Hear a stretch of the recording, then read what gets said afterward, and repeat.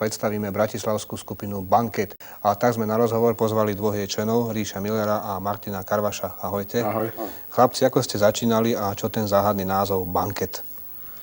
Skupina Banket existuje, ako si povedal, funguje a to sa mi zdá byť oveľa podstatnejšie a oveľa zaujímavejšie ako okolnosti okolo jej vzniku. A ten názov?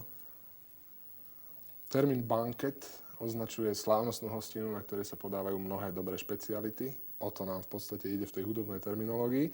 A ešte v stavárskej terminológii tento termín označuje pevný základ stavby. A táto pointa sa mi páči oveľa viac ako tá prvá, keď mám byť úprimný.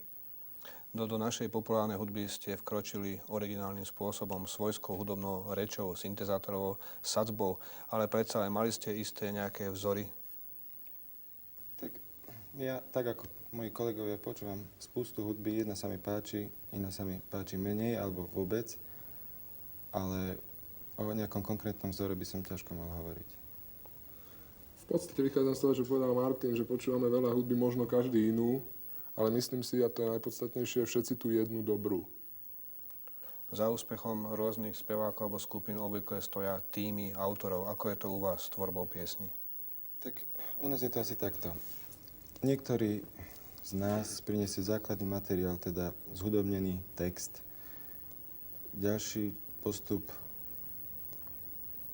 jeden z klávesových hráčov sa ujme tejto skladby, si to pripraví doma v kľude, potom na skúške si to prehráme, prichádza množstvo impulzov od ďalších členov a výsledný efekt býva obyčajne veľmi odlišný od toho pôvodného tvaru.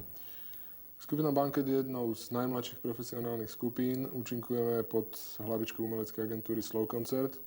Čaká nás do konca roka veľmi veľa koncertov a na každý jeden z nich sa veľmi tešíme. Na plány chceme robiť muziku tak ako doteraz, ktorá sa bude najmä páčiť nám, ale samozrejme, keď sa bude páčiť aj druhým a viacerým, tak o to lepšie.